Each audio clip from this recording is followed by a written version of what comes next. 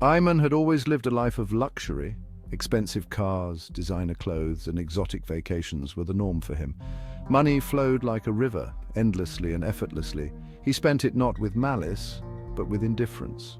The true value of a dollar, the effort behind it, was a distant concept to him. His world was a gilded cage, beautiful yet confining. He was free from want, but not from emptiness.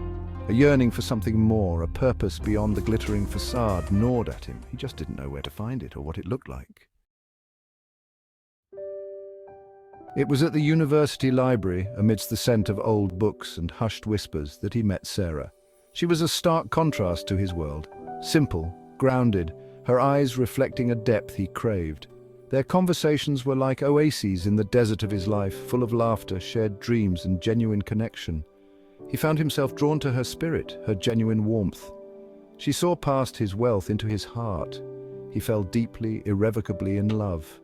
For the first time, marriage, a future built on love and companionship, seemed not just desirable but essential. They decided to marry quickly, their love a whirlwind of joyous anticipation. Their early married life was a portrait of happiness. Laughter filled their home, their love a comforting constant.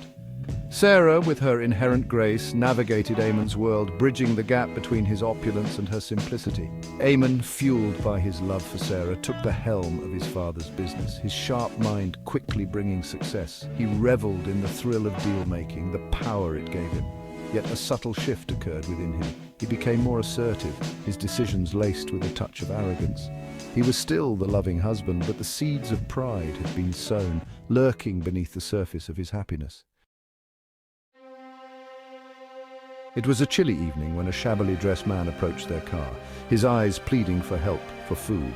Ayman, lost in his world of success, dismissed him with a harsh word, his gesture dismissive, cruel. Sarah, her face etched with concern, watched the man walk away, his head bowed. "He just wants something to eat, Ayman," she whispered, her voice tinged with disappointment. Her words bounced off the wall of his arrogance. He brushed off her concern, his words cold, dismissive. "He needs to learn to work for himself, not beg." That night, Sarah cried herself to sleep, the image of the man's despair haunting her. Section 5. The Crumbling Empire, a Fading Love. Pride, like a venomous serpent, slowly poisoned Ayman's empire. His arrogance led to rash decisions, his focus shifting from substance to mere display. Deals fell through, investments soured.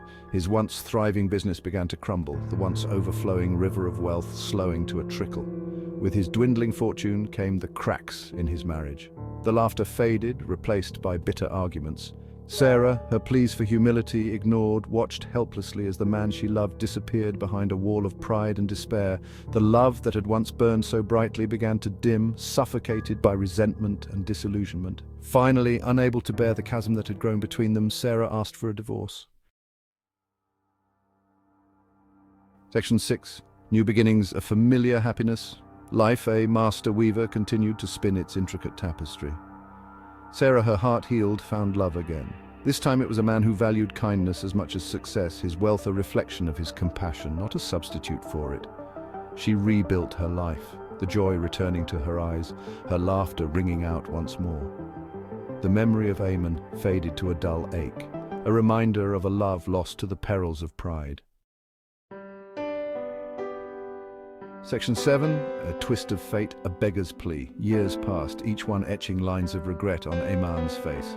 He had lost everything, his wealth, his wife, his pride. The world, once a playground of indulgence, had become a harsh teacher, stripping him bare, revealing the hollowness he had tried so hard to ignore. One cold evening, he found himself standing outside a familiar gate, his heart pounding a rhythm of fear and desperation. He was hungry, his stomach gnawing with a hunger that ran deeper than just food. With trembling hands, he rang the doorbell. The door opened, revealing a woman, her face etched with the beauty of time and contentment. It was Sarah. Section 8. Recognition and regret. Recognition dawned in Sarah's eyes, shock quickly replaced by a wave of pity. Standing before her, his clothes ragged, his eyes reflecting years of hardship, was Ayman. The once proud businessman was now a beggar, his pleas for help echoing the desperation of the man he had so callously dismissed years ago. Time stood still, the air thick with unspoken words, with regret and the crushing weight of karma. Eamon, his voice hoarse, choked out a plea for food, his gaze unable to meet hers. The irony of the situation, the cruel twist of fate, was not lost on him. He was now living the life he had so arrogantly deemed beneath him.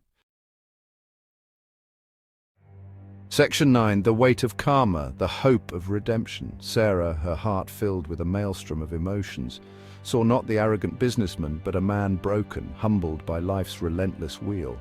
She saw a glimmer of remorse in his eyes, the heavy toll of regret.